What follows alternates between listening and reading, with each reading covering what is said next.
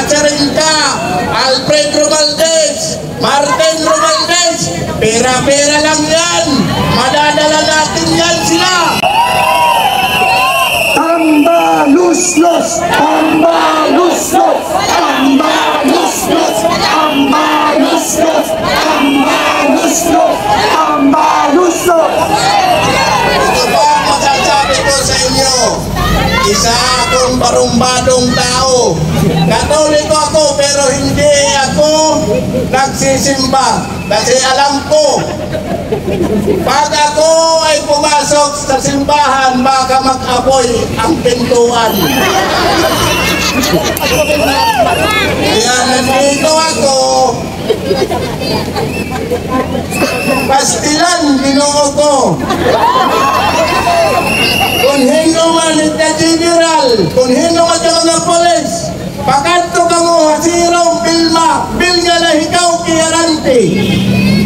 Diri ka mo mag-iikaduhan istorya. Hindi na kayo sisikatan ng araw. Lapit kayo dito.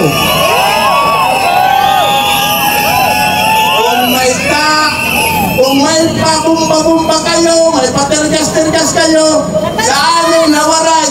In amon dito, tergas, tae na pinutos. In amon dito, water cannon, usa ka bulan yan, usa ka simana, kami kakapyahay yung mga pulis ko. Mga animal ka mo!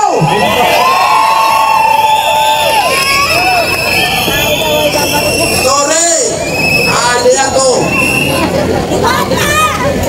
Adi na, taklumanon. Nag-uusa, itong Teo Kikeo Chinsi, laban niyo, laban pagkirapon niyo. Laban kasama ang bayan! Laban kasama ang bayan! Laban kasama ang bayan! Laban kasama ang bayan! Laban kasama ang bayan! Brother, meron pa tayo isang brother na gustong magsalita dahil isa rin siya sa nabudol. Gabi-gabi nandito to. Brother, sabihin mo na kung ano ang iyong hinaing laban sa Banat. Sino po mga Ilocano dito? Taas kamay! So, naing magatira ba sa tipong kanan?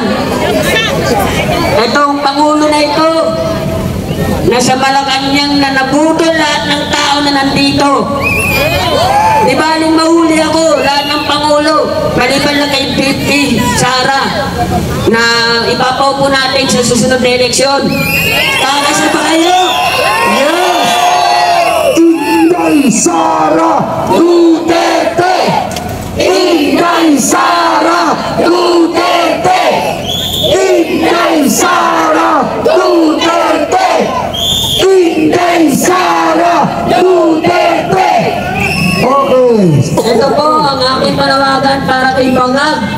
Gabi-gabi ako nandito sa Liwasang Bonifacio para mangalaga sa KOGC. Hindi man ako member ng KOGC, gusto ko lamang po na pumasok bilang KOGC members. Para pangalagaan ako ni Pastor Sito Balon. Yes. Pastor Sito Balon, kung nasaan ka man ngayon, andito ako sa harapan na nananawagan sa iyo. Sana po makapasok ako sa Kingdom of Jesus Christ. At itong Bangag na ito, kilala niyo ba ito? Anong sigaw ng bayan? Marcos Rizal! Marcos Rizal!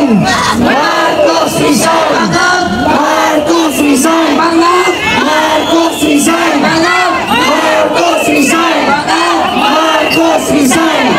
Marcos Rizal! Galit na galit ako dito sa Bangag na ito, kaya araw-araw ako na nandito.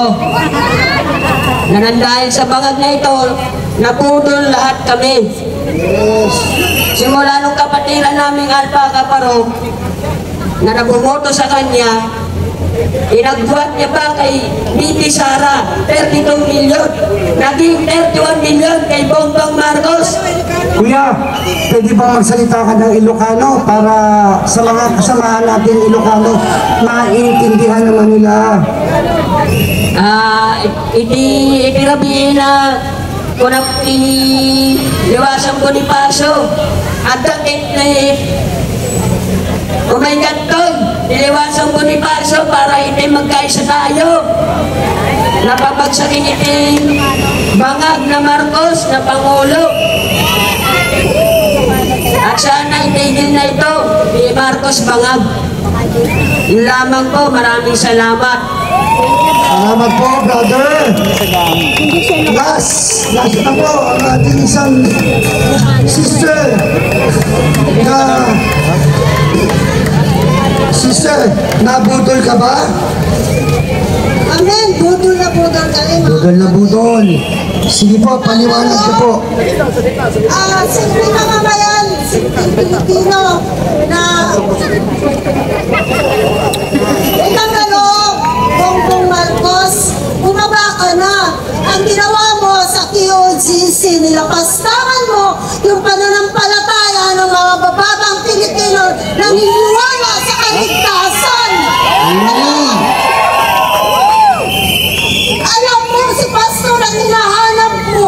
Bakit ang aming QOGC na ang aming banal na dako na siya ang aming paghahalangan ng aming mga pananalangin at pagpuri sa Diyos, bakit mo nilapastangan? Utang na loob, ipigil mo na! Itigil na yan! Itigil na yan! Itigil na yan! Itigil na yan! Itigil na yan! Itigil na yan! Itigil na yan! Itigil na yan! Itigil na yan!